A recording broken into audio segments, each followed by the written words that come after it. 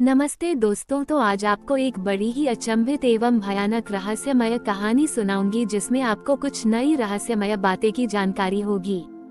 तो कृपा करके अभी चैनल को सब्सक्राइब कर ले। यह मेरा दूसरा नया चैनल है ताकि और भी रहस्यमय कहानी सबसे पहले आप तक पहुंचे। धन्यवाद। तो सुनिए। बहुत पुरानी बात है। एक ऐसा शहर था जो सिर्फ धरती पर ही नहीं बल्कि समय की गहराइयों में भी बसा हुआ था। इस शहर का नाम था उज्जैन, जिसे काल की नगरी भी कहा जाता था। यहाँ के लोग मानते थे कि समय केवल आगे नहीं बढ़ता बल्कि एक अदृश्य चक्र में घूमता है और उज्जैन इस चक्र का केंद्र बिंदु है। शहर के बीचों बीच महाकाल मंदिर था, जहाँ स्वयं भगवान शिव महाकालेश्वर के रूप में समय के स्वामी बनकर विराजमान थे। उज्जैन की सबसे बड़ी विशेषता थी उसका कालबोध। यहाँ के निवासियों को अपनी घड़ियों की जरूरत नहीं पड़ती थी। वे सूर्य, चंद्रमा और तारों की चाल से समय का अनुमान लगा लेते थे, लेकिन उससे भी बढ़कर वे प्राणियों और प्रकृति की लय से समय को महसूस करते थे। उन्हें पता होता था कि कब बोना है, कब काटना है, कब उत्सव मनाना है, सब कुछ प्रकृति के शाश्वत चक्र के अनुरूप। परंतु एक युग ऐसा आया जब मनुष्य ने समय को अपने नियंत्रण में करने का प्रयास किया। एक दूर का बहुत ही उन्नत साम्राज्य, जिसका नाम अंकपुर था, ने एक ऐसी तकनीक विकसित कर ली थी जिससे वे समय को मोड़ सकते थे। वे दिन को छोटा कर सकते थे ताकि अधिक काम हो सके और रातों को लंबा कर सकते थे ताकि अधिक मनोरंजन हो सके। अंकपुर के सम्राट अंकराज बहुत अहंकारी थे। वे मानते थे कि उन्होंने प्रकृति पर विजय प्राप्त कर ली है। अंकराज ने उज्जैन के बारे में सुना। उन्हें ये बात हास्यास्पद लगी कि कोई शहर अभी भी प्राचीन लय में जी रहा है। वे चाहते थे कि उज्जैन भी उनकी समय नियंत्रण तकनीक को अपनाए। उन्होंने उज्जैन में अपने दूत भेजे और संदेश दिया, अपनी पुरानी रूढ़ियों को छोड़ो, समय को जीतो, उसके गुलाम मत बनो। उद्धरण चिन्ह। उज्जैन के लोग असमंजस में पड़ गए। अंकपुर की तकनीक बहुत आकर्षक लग रही थी, कम समय में अधिक काम, अधिक अवकाश। कुछ युवा तो उस तकनीक को अपनाने के लिए उत्सुक थे, लेकिन महाकाल के पुजारी और कालबोध के संरक्षक वृद्ध तापस ने उन्हें चेतावनी दी, जो समय को मोड़ने का प्रयास करता है वो स्वयं उसके जाल में फंस आता है। समय एक धागा है जिसे मोड़ने पर वो उलझ जाता है। अंकराज ने जब देखा कि उज्जैन उसकी बात नहीं मान रहा, तो उसने क्रोधित होकर अपनी समय मोड़ने वाली मशीन की शक्ति को उज्जैन की ओर मोड़ दिया।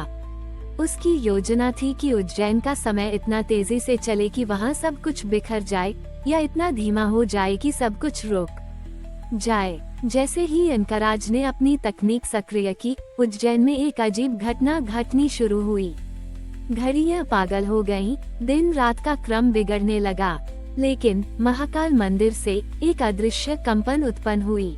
ये कंपन इतनी शक्तिशाली थी कि उसने अंकराज की तकनीक को सीधे प्रभावित किया। ये कंपन किसी भौतिक बल की तरह नहीं थी, ये सीधे समय के ताने बाने पर काम करती थी।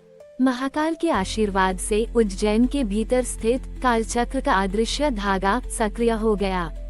ये धागा अंकराज की मोड़ने वाली ऊर्जा को सोखने लगा और उसे वापस उसकी अपनी ही गति में भेजने लगा। अंकराज के साम्राज्य में उनकी समय मोड़ने वाली मशीन ने अचानक अनियंत्रित होकर काम करना शुरू कर दिया। उनके अपने शहरों में समय तेजी से भागने लगा, जिससे लोग भ्रमित और थके हुए रहने लगे। कुछ जगह समय इतना धीमा हो गया कि लोग कुछ कर ही नहीं पा रहे थे। उनकी अपनी तकनीक ही उनके लिए अभिशाप बन गई। अंकपुर में अराजकता फैल गई। उज्जैन में हालांकि बाहर का समय अस्त व्यस्त था, लेकिन भीतर की लय बनी हुई थी। महाकाल के प्रभाव से उज्जैन के लोग आंतरिक समय के अनुसार चलते रहे। उन्हें पता था कि भले ही बाहर का भौतिक समय बिगड़ गया हो, उनका अपना अनुभवी समय शांत और स्थिर है।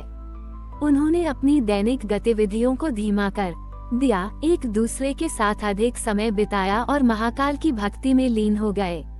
अंकराज ने अपनी हार स्वीकार कर ली।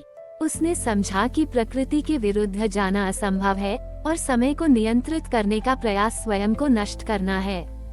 उसने उज्जैन आकर वृद्ध तापस से क्षमा मांगी और महाकाल के चरणों में नतमस्तक हुआ।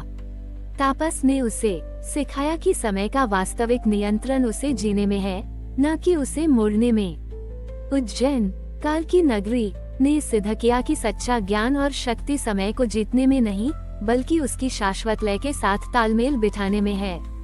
ये शहर आज भी हमें ये सिखाता है कि जीवन की सबसे बड़ी दौलत वह समय नहीं है जिसे हम गिनते हैं, बल्कि वह है जिसे हम अनुभव करते हैं, जीते हैं और जिसका हम सम्मान करते हैं। अंकराज के पश्चाताप और महाकाल के चरणों में नतमस्तक होने के बाद उज्जैन ने उसे क्षमा कर दिया। अंकराज, जो पहले समय को नियंत्रित करने का सपना देखता था, अब समय की सच्ची लय को समझना चाहता था। वो उज्जैन में रहा, वृद्ध तापस से ज्ञान प्राप्त किया और आंतरिक समय के महत्व को गहराई से समझा। जब अंकराज अपने साम्राज्य अंकपुर लौटा, तो वह एक बदला हुआ व्यक्ति था। उसने अपनी समय मोड़ने वाली मशीन को नष्ट कर दिया और अपने लोगों को उज्जैन से सीखा गया पाठ पढ़ाया, समय को जीतो मत, समय के साथ जियो। उसने अपने राज्य की पूरी व्यवस्था को छोटे गुणवत्ता और अनुभव पर आधारित कर दिया, न कि केवल गति और मात्रा पर। लोगों ने तनाव और जल्दबाजी छोड़ दी। वे अपने काम को पूरी चेतना से करने लगे और आश्चर्यजनक रूप से उनकी उत्पादकता पहले से भी बेहतर हो गई, क्योंकि अब त्रुटियां कम होती थीं और संतुष्टि अधिक। अंकपुर के इस परिवर्तन ने दुनिया भर के अन्य साम्राज्यों को चौंका दिया। जहां पहले अंकपुर अपनी तकनीक और दक्षता के लिए जाना जाता था, वहीं अब वह ज्ञान और संतुलन के लिए प्रसिद्ध हो गया। धीरे धीरे उज्जैन से शुरू हुई समय की सच्ची समझ की यह लहर पूरे विश्व में फैलने लगी। राज्यों ने अपने अंतहीन युद्धों को त्याग दिया, क्योंकि उन्होंने समझा कि समय को बर्बाद करने का सबसे बुरा तरीका संघर्ष है। उन्होंने प्रकृति के साथ अधिक तालमेल बिठाना सीखा, अपने शहरों को इस तरह से बनाया जहां प्राकृतिक लय का सम्मान हो, और अपने जीवन को केवल भौतिक उपलब्धियों के बजाय अनुभवों और संबंधों से समृद्ध किया। एक नया युग शुरू हुआ, जिसे तालमेल का युग कहा जाने लगा। पृथ्वी पर एक अभूतपूर्व शांति छा गई। लोग कम बीमार पड़ते थे, उनके रिश्ते गहरे होते थे और वे जीवन के हर पल का आनंद लेते थे।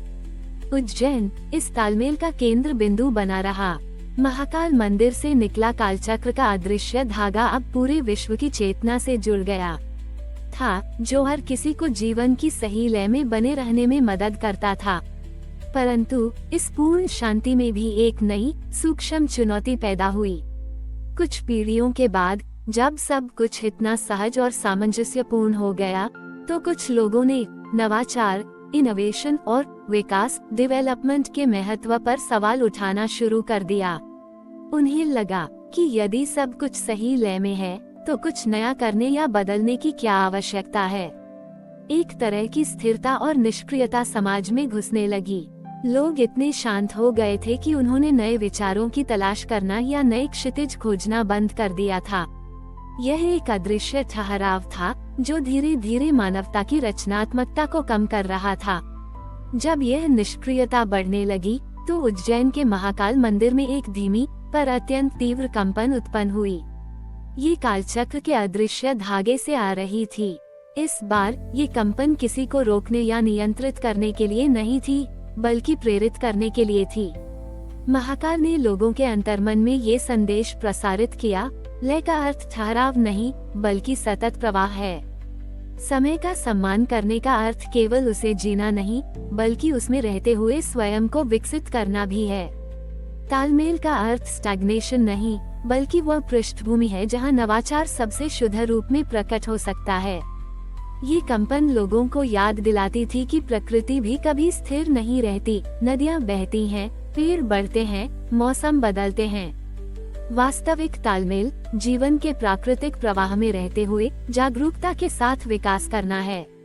लोगों ने महसूस किया कि शांति का मतलब आलस्य नहीं, बल्कि एकाग्रता है, जिससे वे और भी गहरे और सार्थक नवाचार कर सकते हैं। इस संदेश को पाकर मानवता ने फिर से अपनी रचनात्मकता को जगाया।